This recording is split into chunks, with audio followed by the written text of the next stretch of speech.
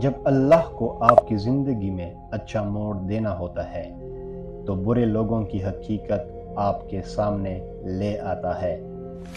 پیدائشی طور پر انسان نہ تو فرشتہ ہے اور نہ ہی شیطان، لیکن اپنے اعمال کی بدولت فرشتے سے بہتر بھی ہو سکتا ہے اور شیطان سے بدتر بھی۔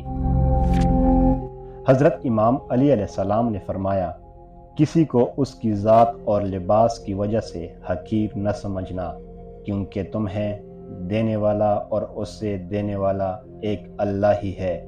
وہ اس سے عطا بھی کر سکتا ہے اور آپ سے لے بھی سکتا ہے۔ مشکلیں دینے والوں سے بڑا مشکلوں سے نکالنے والا ہے۔ یہ بات سمجھ میں آ جائے تو مشکل زیادہ دیر تک مشکل نہیں رہتی۔ جب اللہ ایک قوم یا ایک انسان کا انتخاب کرتا ہے تو وہ اسے بہت سے امتحانات سے طاقتور بناتا ہے۔ رزق اور عزت کسی کے ہاتھ میں نہیں، اللہ جسے چاہے بے حساب دیتا ہے۔ اگر ظلم کے خلاف آواز نہیں اٹھاؤ گے تو آخرکار ظالم کے آگے جھک جاؤ گے۔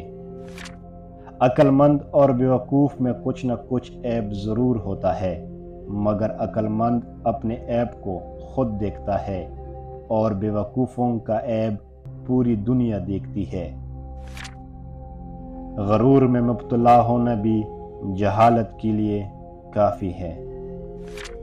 اگر راستہ خوبصورت ہے تو معلوم کرو کہ کس منزل کو جاتا ہے، لیکن اگر منزل خوبصورت ہے تو راستے کی پرواہ نہ کرو۔ انسانیت بہت بڑا خزانہ ہے، اس سے لباس میں نہیں انسان میں تلاش کرو۔ میں آج تک اپنی خاموشی پر نہیں پچھتایا، جب بھی پچھتایا اپنے بولنے پر پچھتایا ہوں۔ ہمیشہ اپنی چھوٹی چھوٹی غلطیوں سے بچنے کی کوشش کرو، کیونکہ انسان پہاڑوں سے نہیں پتھروں سے ٹھوکر کھاتا ہے۔ تنقید، طنز، فکر بازی سے حوصلہ نہ ہارو، کیونکہ شور کھلاڑی نہیں تماشائی کرتے ہیں۔ جن کی نظروں میں ہم اچھے نہیں، کچھ تو وہ لوگ بھی برے ہوں گے۔